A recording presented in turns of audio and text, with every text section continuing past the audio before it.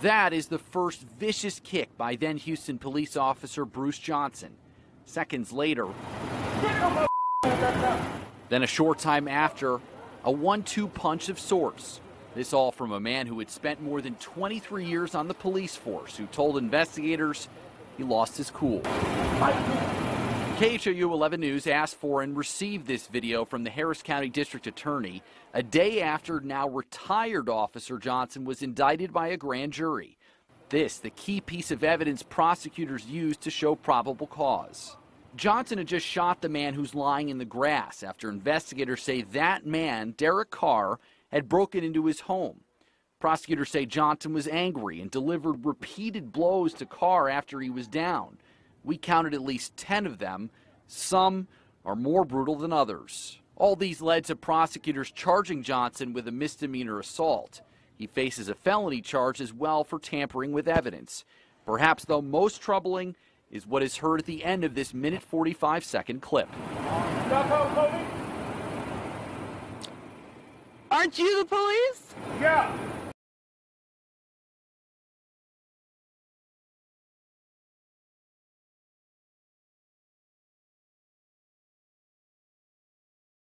Cop indicted as video shows him kick, stomp incapacitated man he just shot. A Houston cop has been indicted for shooting a man, kicking and stomping him as he bled out, then tampering with the evidence. By Matt Agarist, June 27, 2017. Houston, Texas. Disturbing video has been released following the indictment of a Houston police officer for shooting a suspect and then kicking and stomping him while he was down. Former Houston police officer Bruce Johnson now faces multiple felony and misdemeanor charges. A Harris County grand jury indicted Johnson last week for the incident, which took place on February 16. On that day, Johnson, who was still a police officer, hurried home after learning that a potential burglary was in progress. When Johnson arrived at his home, he found Derek Carr, who was in the midst of carrying some of Johnson's belongings out of his home. Like anyone should be able to do if their home is being robbed, Johnson confronted Carr and shot him. However, that is not the reason he's been indicted. Officer Johnson delivered a number of blows with his foot by kicking Carr while he was on the ground incapacitated after he'd been shot, Harris County District Attorney Kim Ogg said at a news conference. As the Cron reports, prosecutors in the case said Carr, who is in the Harris County Jail and has been charged with burglary, was carrying Johnson family belongings as well as a 16-inch metal tool. Carr, 42, is held in the Harris County Jail and faces a burglary charge, the 11th time he has been charged with burglary since 1992, according to court records. The two got into a physical altercation. Johnson shot Carr once in the arm and once in the back, Ogg said. A bystander's video recorded Johnson after the shooting as he kicked the wounded Carr about 10 times, prosecutor Jamie Reyna said. Photo evidence also showed that Johnson moved the metal tool, which Ogg said was a clear effort to tamper with the scene. He moved a critical piece of evidence, Ogg said. It wasn't a mistake. There's not a question about the intent. Read more. Cops steal $18,000 from a man who broke no law because a drug dog alerted to cash. In a statement, Houston Police Chief Art Acevedo said the department was extremely disappointed in the actions of this former employee, who retired in March after 23 years with the department. Acevedo pointed to the role of the Special Investigations Unit he created to examine critical cases, according to the Cron. It is important to point out that no one here is advocating against defending one's home from a burglar or other would-be intruder. But that is not the issue in this instance. On the surface, this case appeared to be a simple home defense issue and no wrongdoing had taken place. However, after the video surfaced and Johnson was found to have tampered with the evidence to change the potential outcome of the incident, it was clear he'd committed crimes. While the circumstances in this case on the day of occurrence suggested no wrongdoing, a proper impartial investigation by HPD will lead to the discovery of facts and evidence resulting in the indictment of this former employee, Acevedo said. The Houston Police Department remains committed to transparency and accountability. This is the second case in only a very short time in which a police officer has been indicted in Houston. Hopefully, it is indicative of a new level of police accountability taking root.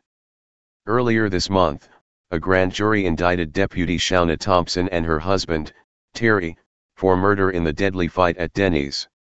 Terry Thompson, a 41-year-old Harris County man, choked another man to death at a local Denny's. The dramatic footage of the fight emerged in early June, which prompted a heavy backlash by people wanting to know why the couple was not charged.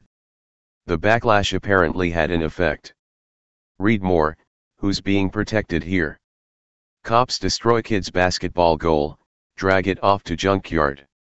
We believe that this grand jury true bill is a reflection of our community's belief that a crime occurred, OG said. And that crime was murder, and it was participated by Terry Thompson and his wife Deputy Shauna Thompson.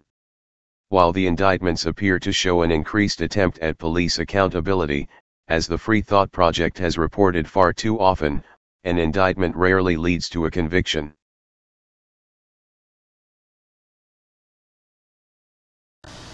Hey Charlotte County, this is Charlotte County Cop Watch, and I wanted to explain what fair use is.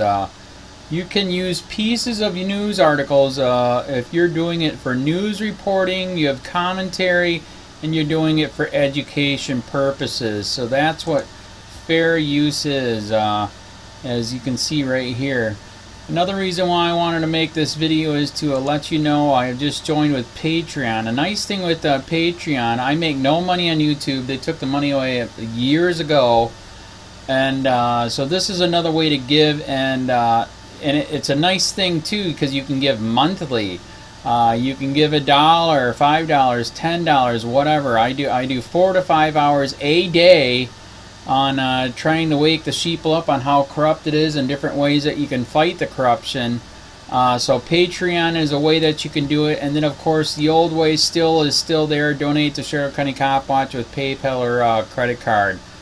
So keep that in mind. 4 to 5 hours a day. I make no money, but the corruption happened to me and I'm sick of it, so I'm trying to wake people up. But my wife would love it if if we could get some help out there. There's 47,000 subscribers. Just think if each one of you subscribers just gave let's say actually yes, $1 a month. 47,000 subscribers gave $1 a month. That would be awesome. That's not going to happen. But anyways, that would be great if it did happen. But do the math in your head. Just think about it. Like I said, 4 to 5 hours a day. I get no money from YouTube. YouTube has gone nuts. You can't do anything anymore. They're taking the money away everywhere. So these are a couple different ways that you can still help out with all this time that I put in.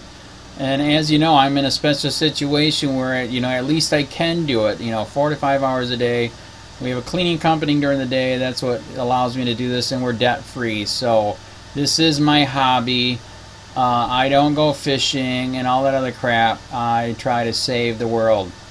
So help me out to make the wife happy, man. In fact, if you guys did give $1 a day, and there was 47,000 of you, and you did it, and each of you gave $1, and that was every month, oh my God, yes, I could quit. I could start suing them. Another idea too that we have is if I got some funds, we could actually contact everyone that has been ticketed and or arrested and put in jail and start sending them postcards to let them know we're here, and to see if everything went all right, and if it didn't, find out their story. So we could even do more investigations and more lawsuits. Lawsuits take money. So just think about that. 47,000 of you so far right now. $1 a day. $1 a month on Patreon, or $5 a month Patreon, 10, 20, whatever. Just do the math in your head, help out. This is a lot of work every single day. Thanks.